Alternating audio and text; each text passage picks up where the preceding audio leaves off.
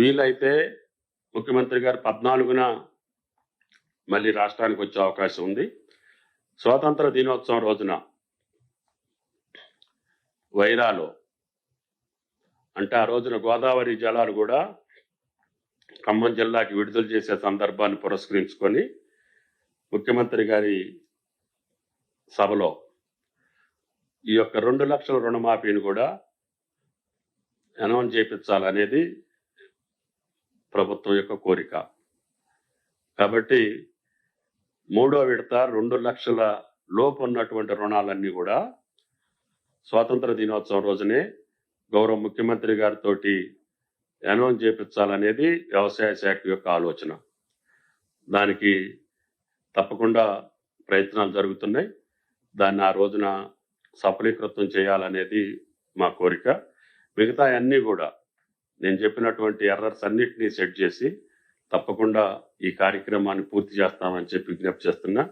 కొంతమంది ఆధారు లేకపోతే రాని వాళ్ళందరినీ మాకు వాట్సాప్ చేయమని చెప్పి ప్రకటనలు ఇస్తున్నారు.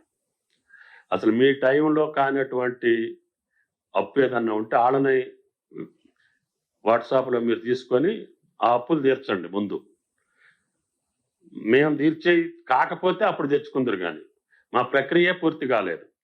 ఈ ప్రక్రియ మధ్యలో నడుస్తుంది. 1,500,000 అయింది, 2 లక్షలు అవ్వాలి. తర్వాత 2 లక్షల పైన కూడా రైతులు చెల్లించగానే మేము కూడా వాళ్ళ బాకీ చెల్లించాల్సిన అవసరం ఉంది. కాబట్టి మా ప్రక్రియ పూర్తి అయింది అని చెప్పిన తర్వాత ఎవరికైనా కాకపోతే అది మీరు తెప్పించుకోండి, వెరిఫై చేయండి, ప్రభుత్వానికి విజ్ఞప్తి చేయండి, మేము దాన్ని పూర్తి చేస్తాం. కానీ మీరు ఇచ్చినటువంటి వాగ్దానాలలో కానటువంటి నెంబర్లు ఏమన్నా ఉంటే 2018 కంటే ముందు కానీ లేకపోతే 23 కంటే ముందు మీ ప్రభుత్వ కాలంలో కానటువంటి రుణమాఫీ ఉంది కదా, అవి తెప్పించుకొని వాటిని క్లియర్ చేస్తే సంతోషిస్తారని చెప్పి ఆ ప్రబుద్ధులకు విజ్ఞప్తి చేస్తున్నా.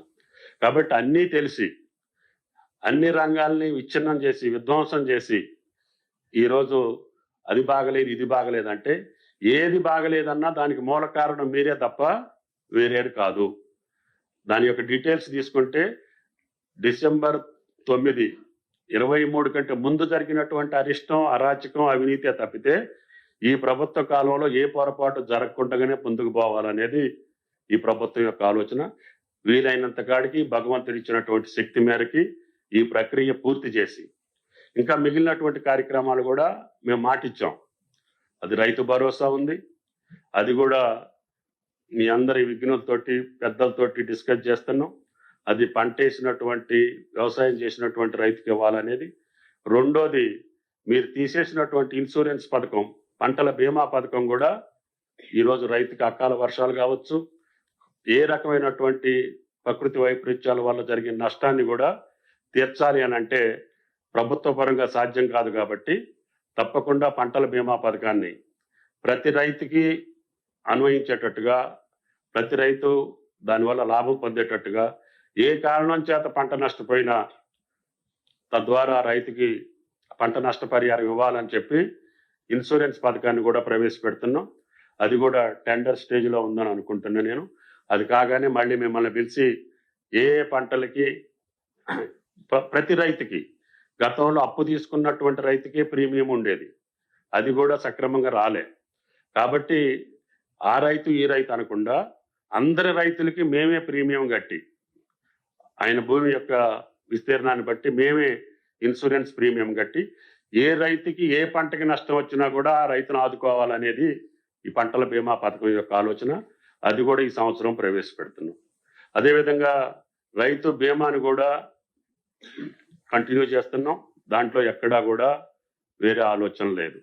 ఈ రకంగా మీరు వదిలేసినటువంటి కార్యక్రమాలను కూడా పునరుద్ధరించుకుంటూనే రైతుకు కావలసినటువంటి అన్ని కోణాల్లో ఈ ప్రభుత్వం ముందుకెళ్తుంది. కాబట్టి చిల్లర విషయాల కోసం పార్టీని, ప్రభుత్వాన్ని బురద జల్లేటటువంటి కార్యక్రమం మేము తీసుకుంటామంటే ఆ బురద మీకే చెల్లుద్ది తప్ప ఈ ప్రభుత్వం మీద పడదు. కాబట్టి మళ్ళీ ఒక్కసారి మీరు రైతాంగ దృష్టిలో పెట్టుకొని, వాళ్ళ మనోభావాలను దృష్టిలో పెట్టుకొని సంతోషంగా పంటలు వేసుకుంటున్నటువంటి రైతుల్ని మీ యొక్క చిల్లర మాటలతోటి, అభూత కల్పనతోటి, అబద్ధాలతోటి, అసత్యాలతోటి రైతాంగాన్ని ఎక్కడా కూడా వాళ్ళ మనోధైర్యాన్ని దెబ్బతీయకుండా ఈ సంవత్సరం చరిత్రలో లేనటువంటి విధంగా పంటల యొక్క దిగుబడి రావాలని, ప్రతి సెంటు పంట బండి రైతులు సుఖ సంతోషాలతో ఉండాలని, దానికి కావాల్సిన అన్ని సహాయ సహకారాలు అందిస్తామని చెప్పి విజ్ఞప్తి చేస్తున్నాం. ఇంకా విఘ్నుల నుంచి, రైతు సంఘాల నుంచి, రైతుల నుంచి అభిప్రాయ సేకరణ పూర్తి కాలేదు. 5-6 జిల్లాల వరకే ఉన్నాయి. ఇంకా 3-4 జిల్లాలు వెళ్లాల్సినటువంటి అవసరం ఉంది. శాసనసభ మూలంగా అది పోస్ట్ పోన్ అయింది. ఆ జిల్లాల ప్రక్రియ అయిన తర్వాత మీలాంటి విఘ్నులతోటి కూడా చర్చించి నిజమైనటువంటి రైతుకి, పంటేసినటువంటి రైతుకి అందాలనేది ఏకైక కోరిక. అర్హులు మేము గతంలో కూడా చెప్పాం. గతంలో చేసినటువంటి రైతు బంధు వల్ల పంట వేయనటువంటి భూములకి 25,000 కోట్లు 5 సంవత్సరాల్లో పంట వేయనటువంటి భూముల ఖాతాల్లోకి వెళ్ళినాయి అని చెప్పాం. మళ్ళీ అది జరగకుండా వెళ్ళాలి అంటే ఏం చేయాలనేది ఆలోచన ఉంది. కొన్ని సాంకేతిక పరమైనటువంటి ఇబ్బందులు వస్తాయి. కౌలు రైతు అనే దగ్గర ఇంకా క్లారిఫికేషన్ కావాలి. కాబట్టి ఇంకా రైతాంగాంతో సంప్రదించిన తర్వాత తప్పకుండా రైతు భరోసాను కూడా కంప్లీట్ చేసే బాధ్యత ప్రభుత్వాన్ని. కొంచెం ఆలస్యం అయితే మాత్రం అవుతుంది. సార్ మంత్రి గారు, గత నెల 20వ తేదీన మీరు ప్రెస్ మీట్ పెట్టారు ఈ రుణమాఫీ మీదనే. 3 లక్షల ఖాతాలకు సంబంధించి టెక్నికల్ ఎర్రర్స్ ఉన్నాయి, దాని మీద మా వాళ్ళు వర్క్ చేస్తున్నారు అని అన్నారు. మీరు ఇందాక ఇదే ప్రెస్ మీట్లో లాస్ట్ టైం 1,00,000 లోపు రుణాలు కావచ్చు, 1,50,000 లోపు రుణాలు కావచ్చు, కేవలం 17,000 తర్వాత 30,000 మాత్రమే చెప్పారు. 3 లక్షల నుంచి అంత 3 లక్షలు చెప్పాల. లాస్ట్ టైం ప్రెస్ మీట్ పెట్టినప్పుడు ఆన్ రికార్డ్ మీరు చెప్పారు సార్. చూడండి, రికార్డు ఒకసారి వెరిఫై చేయండి. తప్పు అయితే సరిదిద్దాం.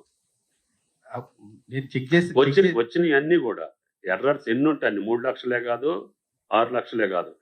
మాకు ఎర్రర్స్ ఇచ్చినా కానీ మాకు వస్తాయి. వచ్చినట్టు అన్నిటినీ సరిదిద్దే బాధ్యత నాది. ఆఫ్టర్ 15th అని చెప్పాను. ఫస్ట్ ఎడత అవుతుంది. 17 లక్షలు ఫస్ట్ ఎడతలో వచ్చినాయి. 17,000 రిటర్న్ వచ్చినాయి మాకు. అట్లా 84,000 కోట్లు అమౌంట్ వచ్చింది. దాంట్లో ఇప్పుడు 44 కోట్లు ఇచ్చేసాం. 10,000 ఖాతాలు సెట్ అయినాయి. ఇంకొక 7,000 ఖాతాలు సెట్ చేయాలి. రెండోది ఇంకా రావాల్సి ఉంది. మూడోది రేపు 15 తర్వాత వస్తుంది. వచ్చినాయి అన్నీ చెప్తున్నా మీకు. మాకు బ్యాంకులు ఎవరైతే అప్పు ఉన్నది అని చెప్పి మా దగ్గరకు వచ్చినటువంటి ఖాతా నెంబర్లు ఉన్నాయో అందుట్లో జమ కాని నెంబర్లన్నీ కూడా మా దగ్గరకు వస్తాయి. వాటినన్నిటినీ సాంకేతిక పరంగా సెట్ చేసి ఇచ్చే బాధ్యత వ్యవసాయ శాఖది. అసలైన తొలి వెలుగు. ఫాలో వాట్సాప్ @తొలి వెలుగు అఫీషియల్.